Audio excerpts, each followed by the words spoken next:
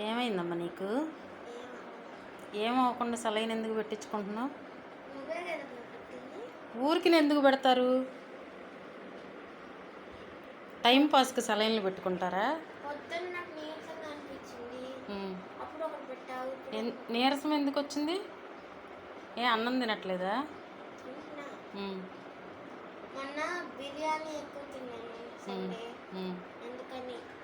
బిర్యానీ తింటే నీరసం వచ్చిందా? అసలుది చెప్పు. Loose motions.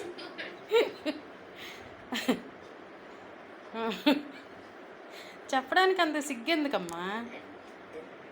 ఇప్పుడు సెలైన్ పెట్టించుకునే పరిస్థితి వచ్చింది. కొబ్బరి నీళ్ళు తాగుతా, మజ్జిగ తాగుతా, సెలైన్లు పెట్టించుకుంటా, అబ్బా అమ్మ అని నొప్పులు పడతా.